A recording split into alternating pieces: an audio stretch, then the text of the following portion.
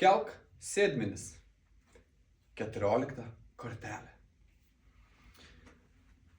Dažnai nuo sėdimo darbo mūsų trumpėja pečiai, krūtinės lazda, susitraukia pečiai einantis į priekį.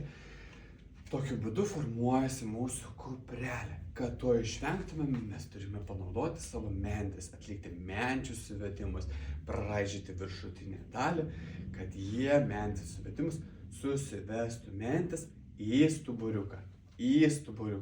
Kviesčiau dažniau naudingai naudoti, kad pečiai susivedinėtų, tokiu būdu rodysim kryptį, kaip jai stovėti. O šiandieną atliksime judesį ranka už nugaros, virš galvos, ranka kita už nugaros ir jaučiame, kaip mentis susivedinėja. Pečius atgal atlošime ir jaučiame, kad mentis spaudžiasi stuburiuką.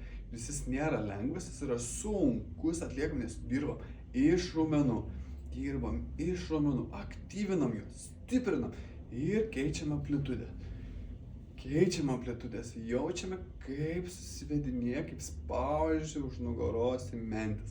Tokiu būdu mentis, ką daro, susitraukia, susitraukia, kad atsidarytų krūtinės ląsta ir kuo mažiau būtų užsidariusi krūtinės ląsta.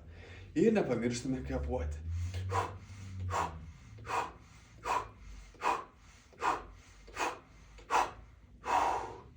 Kelk sėdmenis.